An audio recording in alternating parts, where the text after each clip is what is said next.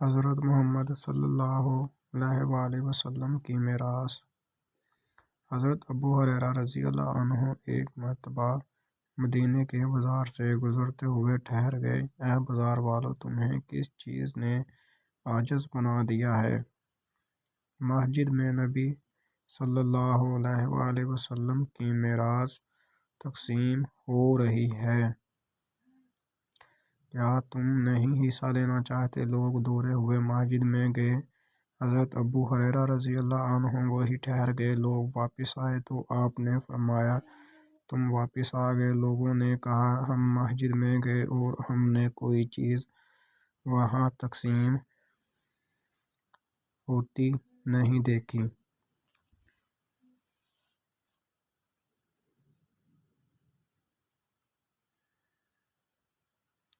حضرت ابو ہریرہ رضی اللہ عنہ نے ان سے پوچھا کہ تم نے مسجد میں کسی کو نہیں دیکھا؟ انہوں نے کہا کہ ہم نے کچھ لوگوں کو دیکھا کہ وہ نماز پڑھ رہے تھے اور کچھ لوگ قرآن کریم کی تلاوت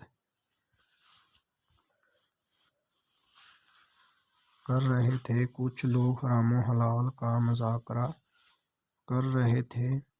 حضرت ابو ہریرہ رضی اللہ عنہ نے فرمایا، تم پر افسوس ہے، یہی تو رسول اللہ صلی اللہ علیہ وآلہ وسلم کی معراج ہے۔